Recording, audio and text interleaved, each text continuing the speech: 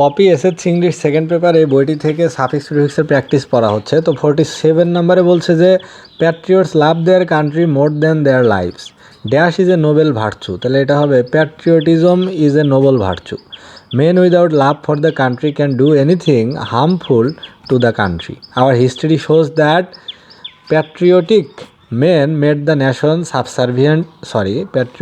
unpatriotic men made the nation subservient to the overseas rulers। অর্থাৎ যারা দেশপ্রেমহীন ছিল, যেসব ব্যক্তির লোক, তারা কি করত, দেশকে অন্যের অধীনে করত, বিদেশি শাসকদের অধীনে রেখে দিত।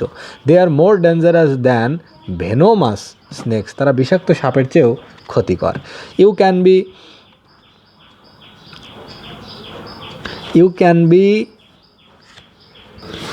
can be careful because a snake is not invisible, কারণ সাপকে দেখা যায়, সাপ অদৃশ্য না, এই জন্য তুমি সতর্ক হতে পারো। But they are men and they easily mix with you and keep their real character unexposed. এবং যারা দেশদ্রোহী তারা কী করে, তোমার সাথে মিশবে, কিন্তু তারা যে ভিতরে তাদের দ্বারা ক্ষতি হতে পারে এটা তুমি বুঝতে পারবে না। So you can not make any, এখানে আছে প্রেডিক্ট, এটা হবে prediction. So you can not make any prediction about the harm they will do. তাই তারা কী পরিমাণ ক্ষতি করবে সম্পর্কে তুমি কোনো আন্দাজ করতে পারবে না।